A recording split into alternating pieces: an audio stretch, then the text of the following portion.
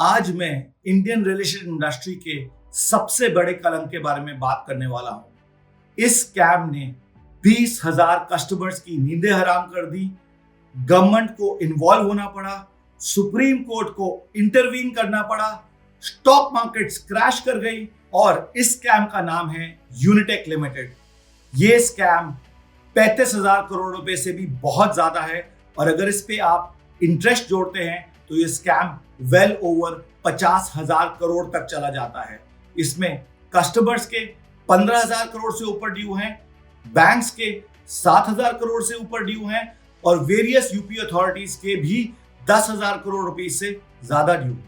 मैं ये वीडियो इसलिए बना रहा हूं क्योंकि 15,000 से ज्यादा कस्टमर्स बहुत बुरी तरह से फंसे हुए हैं और मैं उनकी पेन बहुत अच्छी तरह से समझता हूं क्योंकि मुझे भी एक बिल्डर ने बहुत बुरा फंसाया और मुझे 10 साल लग गए कोर्ट के धक्के खाते खाते और मैं सिर्फ अपना प्रिंसिपल ही रिकवर कर पाया। दूसरा कि मेरे पास कुछ क्वेश्चंस है यूनिटेक के लिए और मेरे पास कुछ सॉल्यूशंस है कस्टमर्स के लिए जिसके बारे में कोई सोच नहीं रहा और कोई बात नहीं कर रहा। एंड फाइनली वो सब जो कस्टमर्स आज घर खरीदने की तमन्ना रखते हैं, जो घर खरीदना चाहते हैं, उनको क्या चीजें ध्यान में रखनी चाहिए जिससे वो राइट डिसीजन मेक कर सके और वो ऐसी मुसीबत में कभी ना फंसे। मैं रिक्वेस्ट करूंगा कि आप इस वीडियो में एंड तक बने रहें। क्या आप जानते हैं कि 4.5 लाख लोगों को इंडिया में घर नहीं मिला हुआ, 2,000 से ज्यादा प्रोजेक्ट्स स्टॉल थे और ये सारे प्रोजेक्ट्स हमने ट्रैक किए हुए हैं प्रॉप इक्विटी में। और जो भी बायर्स ऐसे बुरे फंसे हुए हैं और जो बायर्स फंस सकते हैं उनके लिए ये वीडियो बहुत इंपॉर्टेंट है। इस वीडियो को हम 4 भागों में डिवाइड करेंगे। पहला, यूनिटेक की हिस्ट्री क्या है और बैकग्राउंड क्या है क्योंकि बहुत सारे नए कस्टमर्स को यूनिटेक के बारे में ज्यादा पता नहीं है। दूसरा, इन प्रोजेक्ट्स का करंट स्टेटस क्या है। तीसरा, कि क्या प्रॉब्लम्स हैं इस प्रोजेक्ट्स को लेके कंप्लीट होने के लिए। एंड लास्टली, कि सॉल्यूशंस क्या है। Unitech was founded in 1971 by Mr. Ramesh Chandra and 5 more partners. Ramesh Chandra जी एक टेक्नोक्रेट थे, वो IIT रुड़की से थे और उन्होंने अपनी मास्टर्स भी अब्रॉड से की हुई थी। 1986 में वो रियल एस्टेट डेवलपमेंट में घुसे through Unitech and in early 2000s Unitech became one of the fastest growing real estate companies of India. Early 2000s में रमेश चंद्रा के दोनों बेटों ने भी बिजनेस को ज्वाइन कर लिया एज जॉइंट मैनेजिंग डायरेक्टर्स। वो थे संजय चंद्रा और अजय चंद्रा। 2006-2007 में real estate opened up for foreign direct investment and real estate developers were being valued on the basis of the land banks they had. उसी रीजन की वजह से यूनिटेक ने बहुत फास्ट लैंड एक्विजिशन करनी शुरू कर दी और ओवर द नेक्स्ट 2 years उनकी लैंड टोटल एग्रीगेशन 14,500 एकड़ पहुंच गई। उस 14,500 एकड़ को अक्वायर करने की वजह से यूनिटेक की मार्केट कैप 85,000 करोड़ पहुंच गई 2008 तक, यानी कि it was in the top 30 companies of India on the basis of market capitalisation. और ये जान के आप बहुत सरप्राइज होंगे कि मार्केट कैप के बेसिस पे this company was 1/3 the size of Reliance Industries और आज रिलायंस इंडस्ट्रीज 20 लाख करोड़ की है। ये 14,500 एकड़ 22 सिटीज में लिए गए और उसके लिए भी काफी सारा बैंक लोन लिया गया। 2007-8 में यूनिटेक ने डाइवर्सिफाई करने का भी सोचा और उन्होंने टेलीकॉम में घुसने की तैयारी की, जिसके लिए उन्होंने पैन इंडिया मोबाइल का लाइसेंस भी लिया। उसके द्वारा उन्होंने यूनिटेक का जॉइंट वेंचर भी किया टेलीनॉर के साथ और एक नई कंपनी फॉर्म की यूनिनॉर। इस कंपनी में उन्होंने 5,000 करोड़ का और लोन ले लिया to develop the telecom business. 2010 में 2G स्कैम अनफोल्ड हुआ और यूनिटेक भी उसमें फंस गई। संजय चंद्रा को 10 महीने के लिए जेल भी जाना पड़ा। उस टाइम में यूनिटेक 75 से ज्यादा प्रोजेक्ट्स ऑलरेडी लॉन्च कर चुका था। उन सब प्रोजेक्ट्स को लॉन्च करके यूनिटेक ने 29,800 बायर्स से 14,000 करोड़ से ज़्यादा रिकवर कर लिए। बैंक से भी बहुत ज़्यादा लोन ले लिए।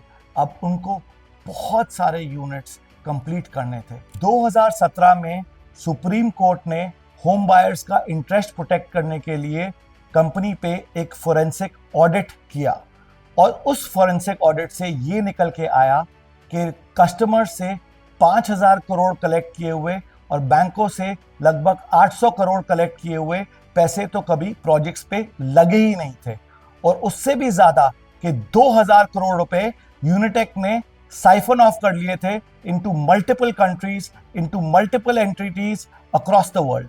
दिसंबर 2019 में सुप्रीम कोर्ट ने गवर्नमेंट ऑफ इंडिया को रेकमेंड किया कि ये कंपनी गवर्नमेंट को टेक ओवर कर लेनी चाहिए, और गवर्नमेंट ने ये कंपनी टेक ओवर कर ली और एक बहुत एमिनेंट बोर्ड प्लेस किया इंडिपेंडेंट डायरेक्टर्स का 2020 में, ताकि वो जो सारे इनकम्प्लीटेड प्रोजेक्ट्स हैं वो कंप्लीट हो सके और होम बायर्स को उनके घर मिल सके।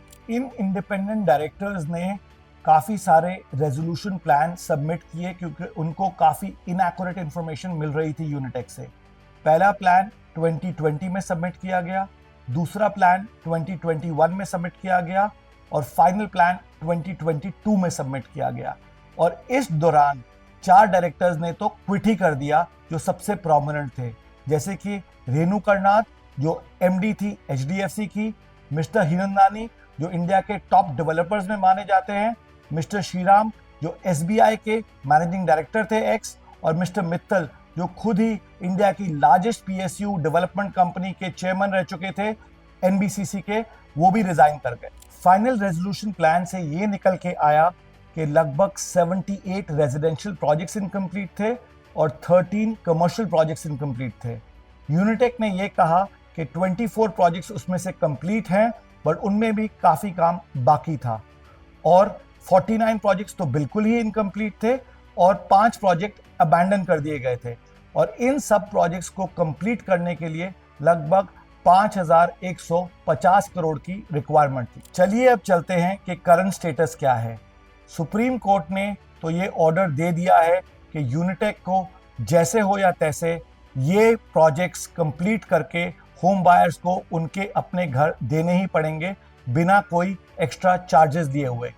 और इन सारे प्रोजेक्ट्स को मैं 4 कैटेगरीज में डिवाइड कर रहा हूं। पहली कैटेगरी है ऑलमोस्ट रेडी प्रोजेक्ट्स की।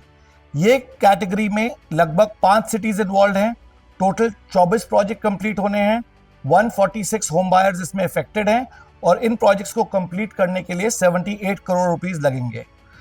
सेकेंड कैटेगरी है अंडर कंस्ट्रक्शन अपार्टमेंट्स की, जो 8 सिटीज में है, लगभग 40 प्रोजेक्ट कंप्लीट करने के लिए हैं।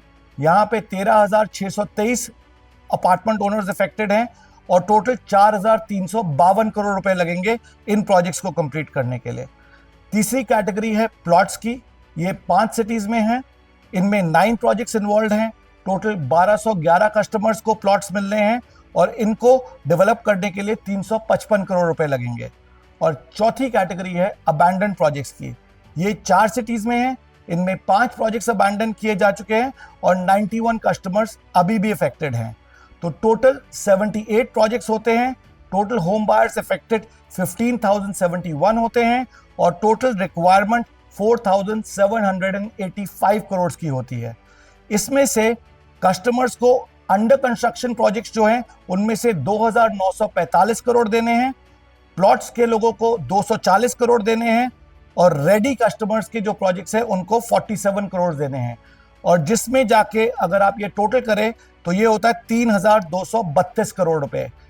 1,500 करोड़ की अभी भी शॉर्टफॉल होती है, जो कि यूनिटेक कह रहा है कि वो जो अनसोल्ड इन्वेंट्री है लगभग 3,000 करोड़ की, उसमें से ये पैसे रिकवर किए जाएंगे और यहीं से ये प्रॉब्लम शुरू होंगी। चलिए अब ये समझते हैं कि ये इतनी सीरियस प्रॉब्लम क्यों है यूनिटेक के होम बायर्स के लिए। उनके लिए एक तरफ कुआं है और दूसरी तरफ खाई है।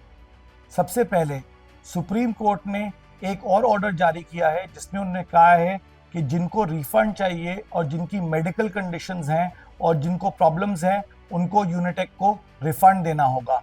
और उसका मतलब ये है कि जो टोटल पैसे चाहिए प्रोजेक्ट से वो और भी कम हो जाएंगे। जैसे कि मैंने आपको बताया था लगभग 5,000 करोड़ रुपए चाहिए और कस्टमर से रिसीवेबल सिर्फ 3,300 करोड़ रुपए तक के हैं। तो अगर उसमें भी रिफंड्स आ जाते हैं तो ये बहुत बड़ी प्रॉब्लम हो जाएगी कस्टमर्स के लिए। दूसरी प्रॉब्लम ये है कि लगभग 15,000 कस्टमर से पैसे आने हैं और काफ़ी सारे कस्टमर्स उनमें से ऐसे होंगे जिनके पास शायद आज पैसे होंगे ही नहीं, और उससे भी प्रोजेक्ट में बहुत सारी शॉर्टफॉल आ जाएगी। यूनिटेक कह रहा है कि बाकी पैसे अनसोल्ड इन्वेंट्री से आएंगे और बहुत सारे बायर्स उस अनसोल्ड इन्वेंट्री को खरीद लेंगे, बट ऐसा बिल्कुल भी नहीं होने वाला, क्योंकि किस कस्टमर को आज की डेट में कॉन्फिडेंस होगा कि वो यूनिटेक के उस प्रोजेक्ट में पैसे डालें जो 15 साल से स्टॉल्ड है, जहाँ पे कोई गारंटी नहीं है, कोई डेवलपर नहीं है उसको कंप्लीट करने के लिए जो कि रिलायबल हो। हमने अपने एग्जीक्यूटिव्स को यूनिटेक के ऑफिस में भी भेजा था और हमें ये पता चला कि यूनिटेक के पास तो कोई सेल्स टीम ही नहीं है, तो वो ये प्रोजेक्ट्स कैसे बेचेंगे? ये डिफरेंट सिटीज में हैं और ये प्रोजेक्ट्स को बेचने के लिए कम से कम 400-500 करोड़ की और लागत आएगी। वो पैसे कहाँ से आएंगे?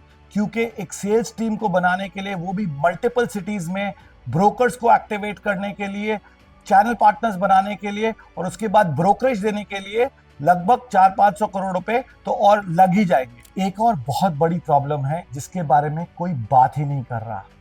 ये स्ट्रक्चर्स इन प्रोजेक्ट्स के 15 साल पहले बने हुए थे और इसकी सेफ्टी का कोई गारंटी नहीं लेने वाला। मैं एक प्रोजेक्ट के साथ अभी रिसेंटली जुड़ा था जिसका स्ट्रक्चर सिर्फ 8 साल पहले बना था, यानी कि 2017 में, और इस प्रोजेक्ट में बहुत प्रॉफिट था। फिर भी कोई भी डेवलपर ये लेने को तैयार नहीं था क्योंकि वो स्ट्रक्चर की गारंटी लेने को बिल्कुल तैयार नहीं था और उसने कहा था कि अगर मैं ये प्रोजेक्ट टेक ओवर करूंगा तो मुझे स्ट्रक्चर को गिराना ही पड़ेगा। और इसकी बात यूनिटेक और बायर्स कोई कर ही नहीं रहे क्योंकि उनके पास वो टेक्निकल नॉलेज नहीं है। नेक्स्ट प्रॉब्लम है कि इसकी कोई गारंटी नहीं है कि आपको प्रोजेक्ट टाइम पे मिलेगा या नहीं मिलेगा अगर आप अपने बाकी पैसे दे भी देते हैं। यूनिटेक पे किसी को ट्रस्ट नहीं है और यूनिटेक भी ये प्रोजेक्ट्स को आउटसोर्स करेगा किसी थर्ड पार्टी कॉन्ट्रैक्टर्स को। और सबसे बड़ी बात यह है कि यूनिटेक के ऊपर कोई प्रेशर नहीं है क्योंकि कोई पेनल्टीज तो यूनिटेक पे ही नहीं करेगा अगर प्रोजेक्ट फर्दर डिले हो जाता है। तो जैसे कि आज की इलेक्शन में हम मोदी की गारंटी चाह रहे हैं, वैसे ही यूनिटेक को किसी को बैक करना पड़ेगा और मोदी साहब जैसी एक गारंटी देनी पड़ेगी कि प्रोजेक्ट टाइम पे कंप्लीट हो जाएगा, तभी कोई इस प्रोजेक्ट में निवेश करेगा और तभी कोई अपने बकाया पैसे देने के लिए तैयार होगा। लास्टली, और मैंने इस पॉइंट पे पहले भी टच अपॉन किया है कि यूनिटेक एक्सपेक्ट कर रहा है कि उसकी शॉर्टफॉल फुलफिल होगी न्यू होम बायर्स के आने से इन प्रोजेक्ट्स में। मुझे एक बात बताइए कि ये कैसे हो सकता है? क्यों एक न्यू होम बायर जिसको कोई गारंटी नहीं है, जिसको कोई डिलेड पेनल्टीज ऑफर नहीं होंगी, जो प्रोजेक्ट ऑलरेडी 15 साल डिले हो चुका है, जिसमें स्ट्रक्चरल प्रॉब्लम्स हो सकती हैं, वो क्यों आएगा इस प्रोजेक्ट में निवेश करने के लिए? कौन सा ब्रोकर इस प्रोजेक्ट को बेचेगा जब तक कि उसको गारंटी नहीं मिलेगी कि ये प्रोजेक्ट कंप्लीट हो जाएगा और कोई पेनल्टी नहीं होगी अगर वो प्रोजेक्ट डिले हो जाता है? ये प्रोजेक्ट को बेचना बहुत मुश्किल होगा और इन प्रोजेक्ट्स में और लोगों का निवेश करना ऑलमोस्ट इम्पॉसिबल लग रहा है जब तक एक बड़ी बैकिंग ना आए इस प्रोजेक्ट के पीछे और डिलेड पेनल्टीज ना अनाउंस हो, क्योंकि किसी को विश्वास नहीं होगा कि ये प्रोजेक्ट टाइम पे डिलीवर होगा भी अब या नहीं होगा। चलिए अब चलते हैं सॉल्यूशंस पर और मैं होम बायर्स को क्या कहना चाहूँगा ताकि वो ऐसी बिग प्रॉब्लम्स में कभी ना फंसे।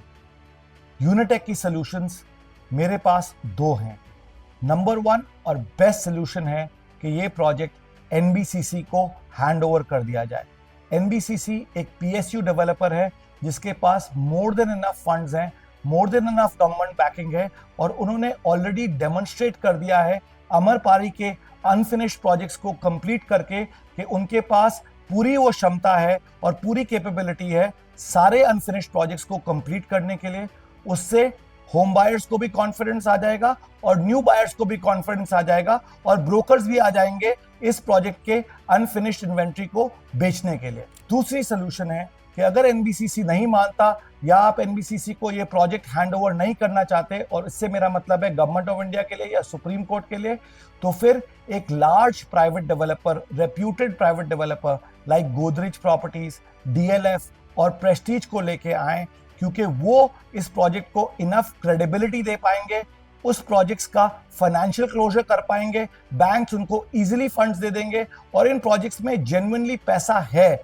बट वो पैसा तभी आएगा अनसोल्ड इन्वेंट्री के थ्रू जब कोई बड़ा नेम इन सब प्रोजेक्ट्स को बैक करेगा, इन सब प्रोजेक्ट्स पे अपनी मार्केटिंग करेगा और कस्टमर को गारंटीज देगा, डिलेड पेनल्टीज देगा कि ये प्रोजेक्ट्स कंप्लीट नहीं होंगे तो हम आपको अपनी जेब से पेनल्टी देंगे। और आज की डेट में क्योंकि प्राइसेस इंडिया में डबल हो चुकी हैं, ये प्रोजेक्ट्स वायबल हो जाएंगे, बट ये प्रोजेक्ट्स तभी वायबल हो पाएंगे जब फुल फाइनेंशियल क्लोजर होगा एक ब्रांडेड डेवलपर का या एनबीसीसी के थ्रू। चलिए मैं अब न्यू होम बायर्स जो अंडर कंस्ट्रक्शन सेगमेंट में प्रॉपर्टी खरीदना चाहते हैं उनके लिए क्या सीख है और उनको क्या चीजें ध्यान में रखनी चाहिए before they buy into an under construction project and not get into a problem like the Unitech buyers have got. सबसे पहले डेवलपर का ट्रैक रिकॉर्ड जानना बहुत जरूरी है।